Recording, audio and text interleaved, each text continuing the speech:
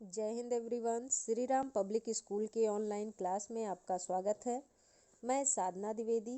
पिछले वीडियो में मैंने आप लोगों को हिंदी साहित्य का पाठ 15 पढ़ाया था, जिसका शीर्षक था नौकर, जिसमें मैंने आप लोगों को गांधी जी के बारे में बताया था कि वो कोई भी काम करने में शर्म नहीं करते थे।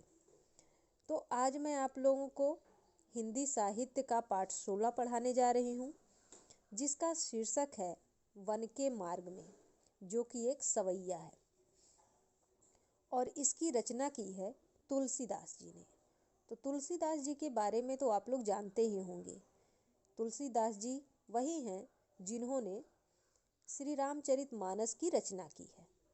तो सबसे पहले हम तुलसीदास जी के जीवन के बारे में जानेंगे, उसके बाद फिर अपने पाठ की तरफ बढ़ेंगे। तो ये आप जो चित्र देख रहे हैं, ये हैं तुलसीदास जी। इन्होंने श्री रामचरितमानस की रचना की है। तो अब हम इनके जीवन के बारे में आप लोगों को बता रहे हैं कि इनका जन्म कब हुआ और इन्होंने किस तरीके से अपना जीवन बिताया। तुलसीदास जी का जन्म संवत 1589 को उत्तर प्रदेश वर्तमान बांदा जिला के राजापुर नामक ग्राम में हुआ था। इनके पिता का नाम आत्माराम दुबे तथा माता का नाम हुलसी था। तुलसीदास जी का विवाह दीनबंधु पाठक की पुत्री रत्नावली से हुआ था। तुलसीदास अपनी पत्नी से अत्यधिक प्रेम करते थे। एक बार उनकी पत्नी रत्नावली अपने मायके गई थी, लेकिन पत्नी के प्रेम में और काम में आसक्त तुलसीदास आधी रात को अपने ससुराल पहुंच गए।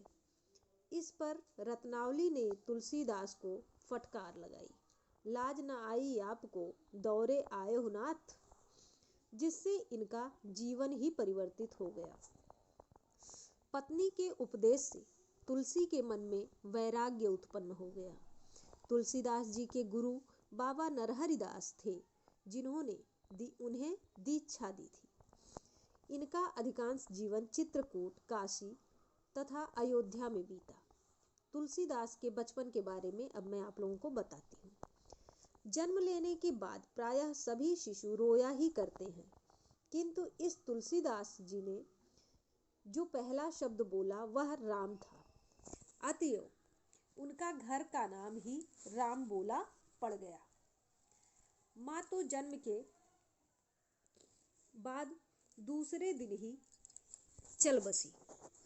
बाप ने किसी और अनिष्ट से बचने के लिए बालक को चुनिया नामक की एक दासी को सौंप दिया और स्वयं विरक्त हो गए।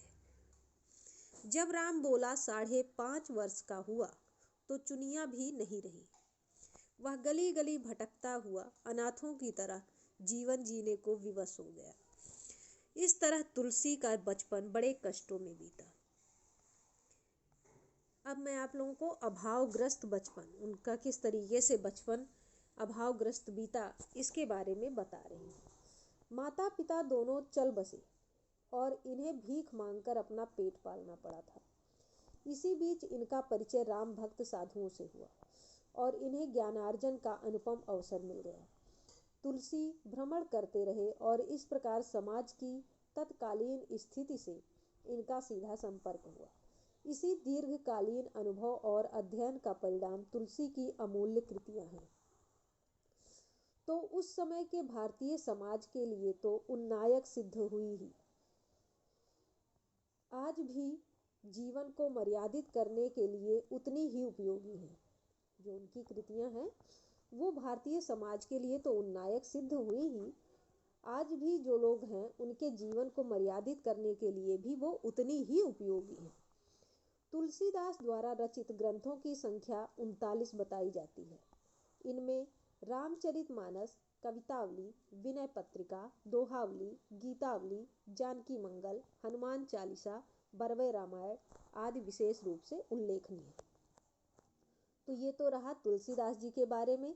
अब हम अपने पाठ की तरफ चलेंगे। तो हम अपने पाठ को शुरू करते हैं।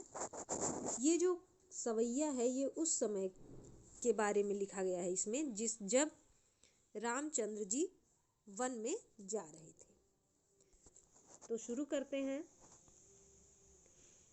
पुरते निकसी रघुबीर बधु, धरि धीर दये मग में डग द्वय, झलकी भरी भाल कनी जल की, पुट सूख गए मधुरा धर वै। फिर बूझती हैं चलनो अब केतिक, पर्ण कुटी करिहों की तुहै, तियकी लखी आतुरता पियकी, अखियाँ अति चारु चली जल चोय। जल को गए लखनु हैं, लरिका परिखो पिय छाह घरीक होए ठाढ़े, पोंछ पसेऊ बयारी करो, अरुपाएं पखारियों भूभुर डाढ़े। तुलसी रघुबीर प्रियाश्रम जानिकै, बैठ विलंब लो कंटक काढ़े, जानकी नाह को नेह लख्यो, पुलको तनुबारी विलोचन बाढ़े। तो ये तो आपके पाठ की कविता थी। अब इसके बारे में मैं इसकी व्याख्या बता रही हूँ, इसका अर्थ बता रही हूँ, ध्यान से सुनिएगा। पुरते निकसी रघुबीर बधु, धरि धीर दये मग में डग द्वय, झलकी भरी भाल कनी जल की, पुट सूख गए मधुरा धर वै। फिर बूझती हैं चलनो अब केतिक, पर्ण कुटी करिहों की तुम्हें, तियकी लखिया तुरता पियकी, अखियाँ अति चारु चली जल चोय। तो प्रस्तुत सवैया में तुलसीदास जी ने कहा है कि राम के वनवास के समय नगर से निकलते ही सीता जी कुछ दूर चलने में थक गई। यह है ना, पुरते निकसी रघुबीर वधु, मतलब नगर से जैसे ही वो निकलती हैं वैसे ही थोड़ी दूर चलने पर ही वे थक जाती हैं। उनके माथे पर पसीना बहने लगता है। झलकी भरी भाल कनी जल की, पुट सूख गए मधुरा धर वै, मतलब उनके भाल यानी मस्तक पर, माथे पर पसीने की बूंदें दिखाई पड़ने लगती हैं और जो उनके होंठ थे वो पानी ना मिलने के कारण सूख गए थे।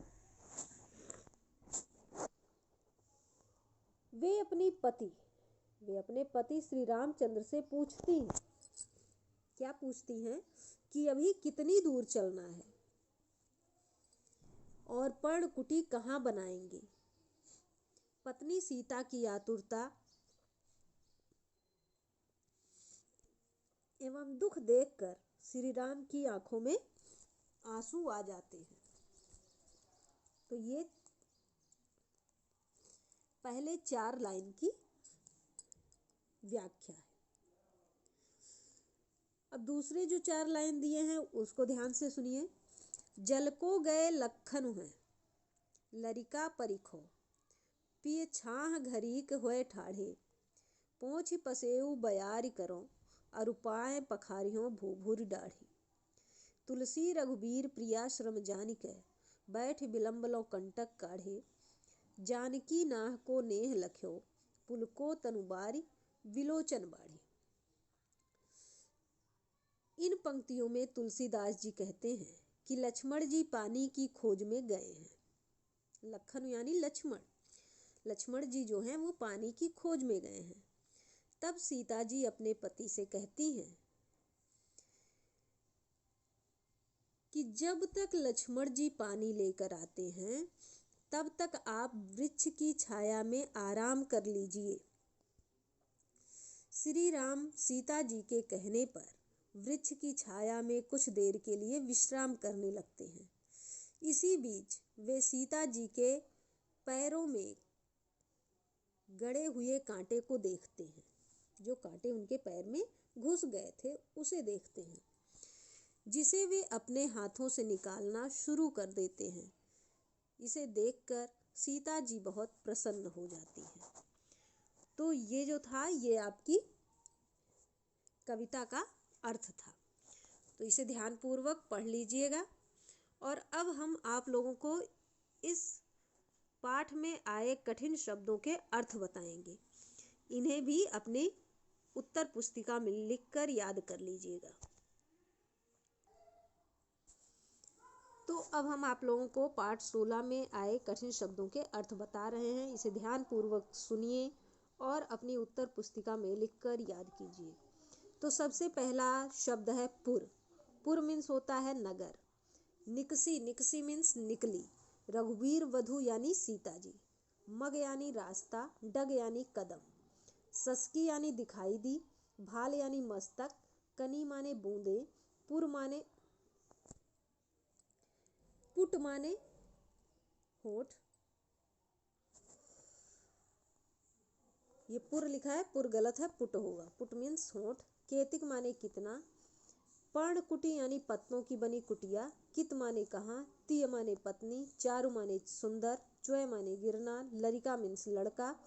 परिखो मीन्स प्रतीक्षा करना। घरीक मीन्स एक घड़ी समय। ठाढ़े मीन्स खड़ा होना। पसेऊ मीन्स पसीना। बयारी मीन्स हवा। पखारियों मीन्स धोना। भूभूर मीन्स गर्म रेत। कंटक मीन्स कांटे। काढ़ना मीन्स निकालना। नाह मीन्स स्वामी अथवा पति। नेहु मीन्स प्रेम। लख्यो मीन्स देखकर। वारी मीन्स पानी यानी आंसू। विलोचन मीन्स आंखें। तो ये आपके पाठ के कठिन शब्द हैं और उनके अर्थ हैं। इन्हें ध्यानपूर्वक पढ़ लीजिएगा और याद कर लीजिएगा। धन्यवाद।